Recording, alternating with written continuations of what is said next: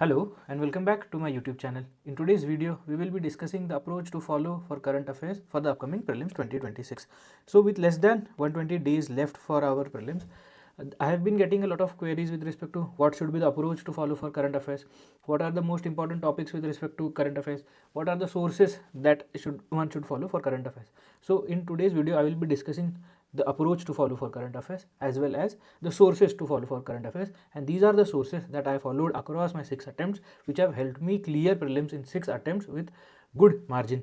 Okay, so let us start with respect to what should be the approach for current affairs. Now before starting with the approach, I would like you to realize the importance of current affairs. See, I personally believe that with respect to current affairs as such, you will be getting around 70% weightage of the paper from static and 30% of the weightage comes from current affairs. But this 30% of current affairs questions come from different perspectives, and there are various different importance of current affairs when it comes to UPSC prelims, and these 30% questions also play an important role in your success. Okay, so let us first look at the importance of current affairs when it comes to UPSC prelims. The first and foremost importance of current affairs is the direct questions that you get in the prelims examination. So these are the questions of 2025 prelims. I have taken a few screenshots of questions that are directly coming from current affairs. For example, this was the question on Rashtriya Gokul Mission. Now this is a scheme related topic, so directly from current affairs. Similarly, there was this question on COP 28 of UNFCCC. So again, this is also a direct current affairs based question. You had this question with respect to chemical substances that are in news, so a current affairs based question directly.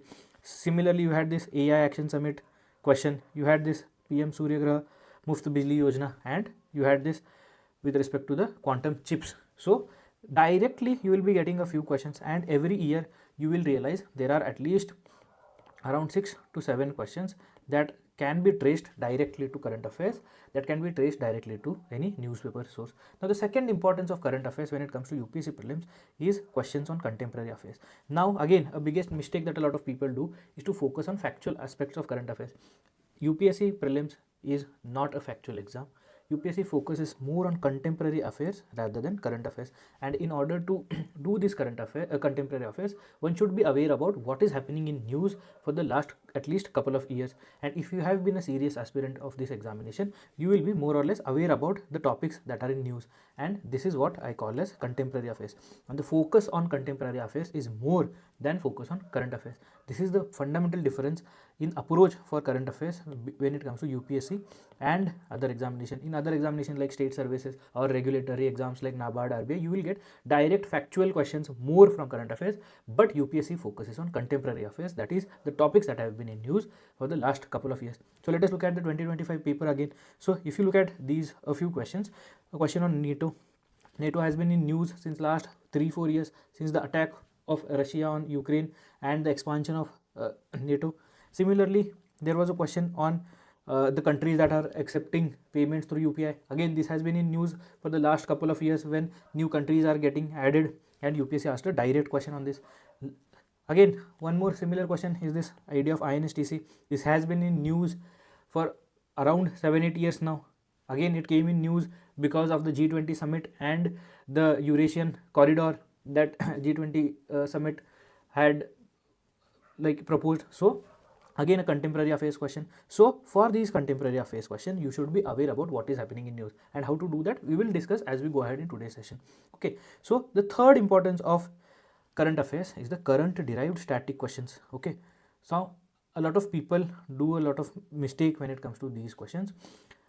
You will realize one thing, that UPSC is asking static questions, but the origin of these static questions is in some news of current affairs. Okay, like in 2024 prelims, there was a question on ethics committee. Now why did this question come? This question came because there was ethics committee hearing on the Trinamool Congress MP Mahua Moitra, and that was in news. Similarly, this year you had a question on discretionary powers of governor.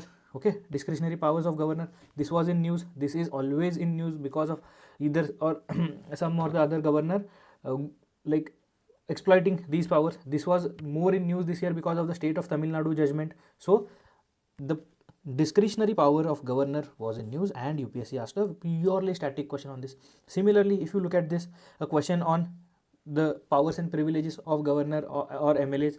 This was in news for the last couple of years because of the Sita Soren judgment.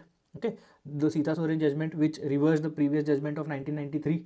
So again, this was in news and UPSC asked a static question on this. So again, current derived static question, and similarly this question on 15th Finance Commission.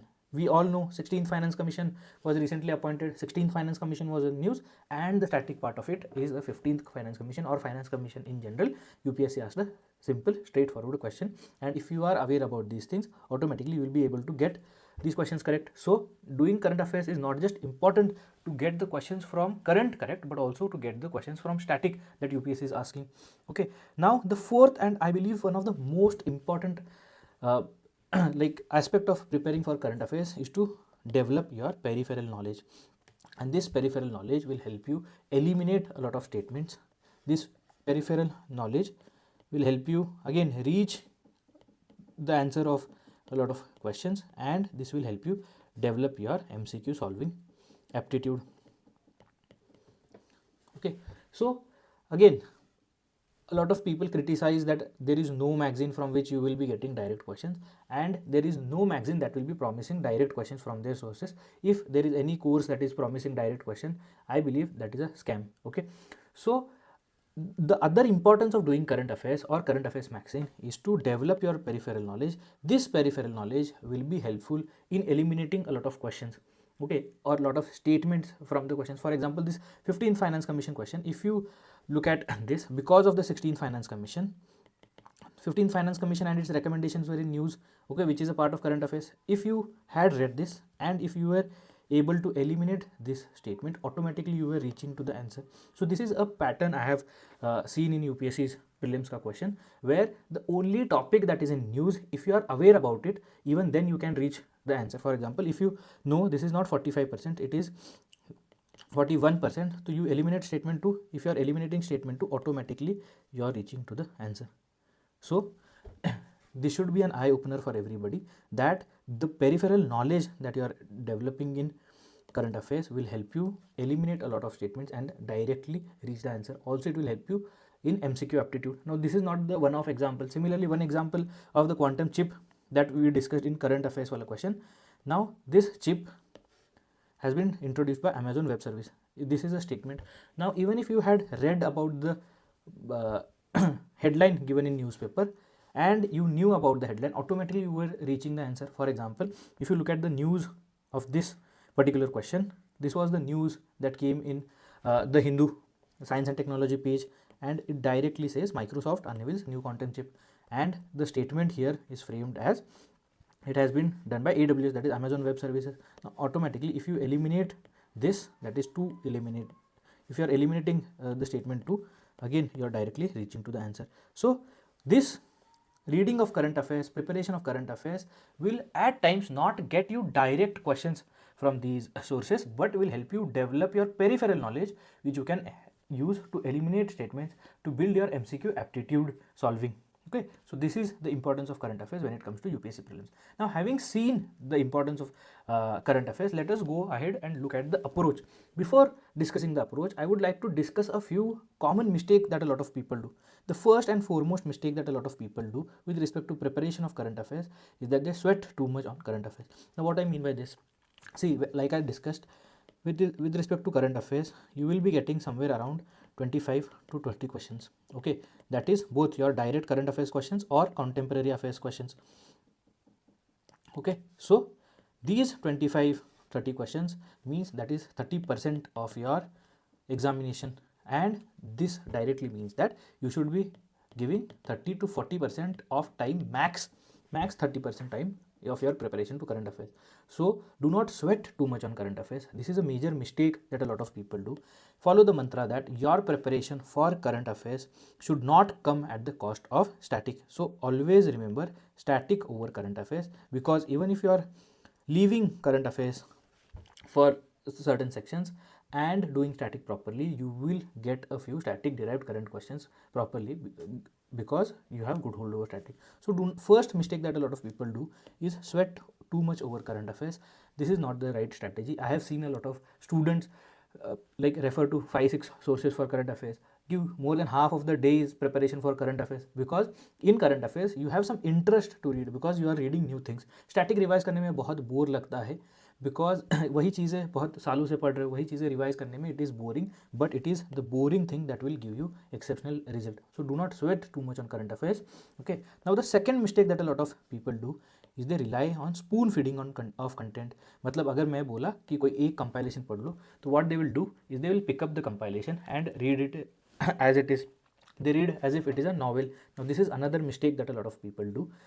While reading any current affairs compilation, you should not just rely on the compilation, but you also need to do some digging. You also need to do some research. So do not rely on spoon feeding of content. A lot of times what happens is that you will see a lot of coachings claim that this came from their compilation. That is because in hindsight everybody is a philosopher. If you look at UPSC's papers, UPSC is always one step ahead than the coaching material. So make sure that you are not restricting yourself to the ready-made material that is given, but also doing one extra mile. And how to do that we will be discussing as we go ahead. So do not rely on spoon feeding of content when it comes to current affairs. Now the third mistake that a lot of people do, and I believe this is one of the most common mistake done, is to prepare current affairs in silos. Now I have seen people not integrate their current affairs preparation with their static preparation, and this is a major mistake because UPSC has changed the type of questions that it is asking. You will see UPSC ask questions where current affairs ka concept is mixed with static concept. So you will get questions where one statement is coming from current affairs and the other statement is coming from static. For example, if you look at this question on deep learning, that was again the quantum chip. See, these two statements are from current affairs, but the third statement with respect to deep learning being a subset of machine learning, this is a static part. So in order to tackle such type of integrated questions where current affairs is static is being integrated in your current affairs, you need to prepare current affairs in sync with your static subject. So whenever you are picking up a static subject, make sure that you are also picking the current affairs of that subject, so you are able to relate things, you are able to update your static knowledge as well. So do not make this mistake of preparing current affairs in silos, and that is the approach we are also following in our smart prelims program. Now after looking at the mistake, what should be the right approach for a person? So first and foremost thing, do not sweat over current affairs too much. Have a clarity with respect to sources to follow for current affairs. Now in my journey of 6 attempts, I have relied only on PT365, and I believe it is a good compilation when it comes to current affairs for prelims. Now apart from this PT365, I have used classes ka full length tests for current affairs and as well as done some reverse engineering from newspaper. Now how to do this I will discuss as we go ahead. So these are the 3 sources that has helped me clear prelims 6 out of 6 times, and I want you to make sure that you have this clarity over the sources to follow when it comes to prelims preparation, especially the current affairs preparation. And if you have this clarity in starting from now, you will not be confused when the exam is close. You will not be picking up newer sources, and you will not be focusing on coverage, broader coverage. So again, like in static, one source over many sources. Similarly in current affairs, it is better to revise one source multiple times than to do like multiple sources a single time. So have a clarity on your sources, be it PT365 or any other compilation. This year Mudit sir is also coming out with his own compilations, so you can rely on them. Any one compilation. Use tests to reverse engineer content in your current affairs preparation. What I used to do, whenever I am giving any full length test of any class, the current affairs ka question, I used to take it as a source of knowledge rather than a test of knowledge. That is, whenever there is a current affairs question asked, I used to directly go to the solution, pick up the solution. If that is a topic that has not been covered in any of this compilation that I am reading, pick up the model answer or the solution explanation of that question that is directly sort of consolidated note for me, add it in my PT365 ka short notes. So this is how I did this full length test as a source of my current affairs preparation. And lastly, doing the newspaper part, how I did, I'll discuss as we go ahead. So the newspaper part is going the extra mile.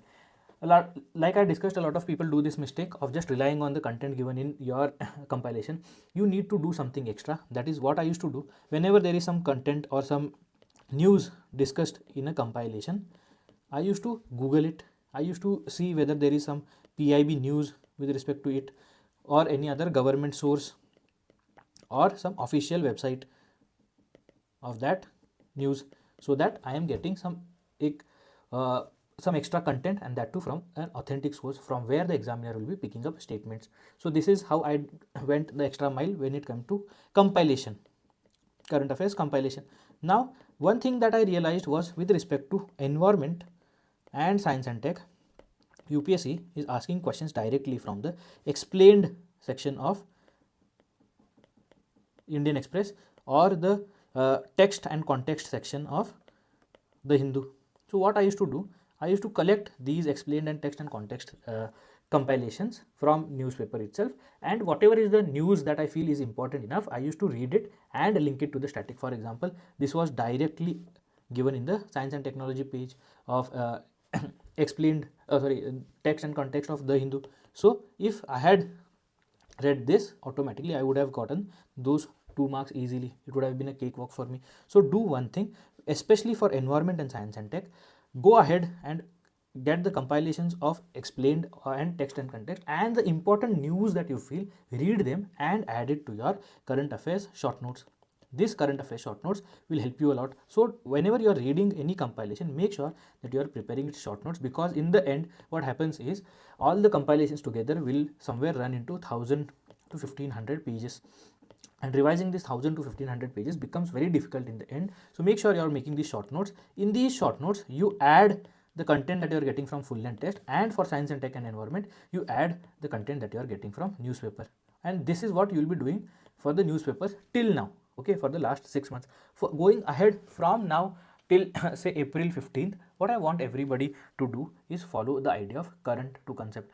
Now this is the idea that I followed in my preparation, and that is what I am doing on the Telegram channel as well, where what I do is whatever is in news, okay. So for example, recently the Shanti bill was passed. Now this was in news, so the related topic to Shanti bill is the nuclear program of India. So the current to concept idea, where we discuss not just what is happening in current affairs but what is the static part of it.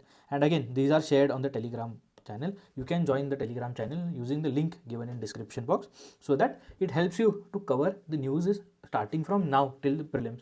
So and for the news that have happened till now, you can follow this idea of doing the explained and text and context. So make sure that you are following the approach of following any one magazine, that is one compilation. One compilation is more than enough. Making short notes of those of that compilation, and adding content from full length test that you get in that short notes, and making sure that for environment and science and tech you are doing the explained and text and context. Now one more last and I believe the most important thing when it comes to current affairs is to prioritize properly.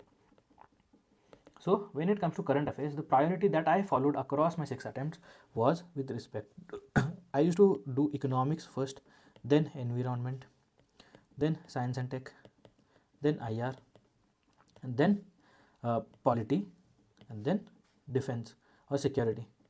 That too because recently there have been like 2-3 questions with respect to defense exercise or some news, defense news or defense technology. So this is the priority that I followed for current affairs. This priority because you will see economics has the highest weightage when it comes to current based questions, then environment, then science and tech. Science and tech and IR are purely current affairs.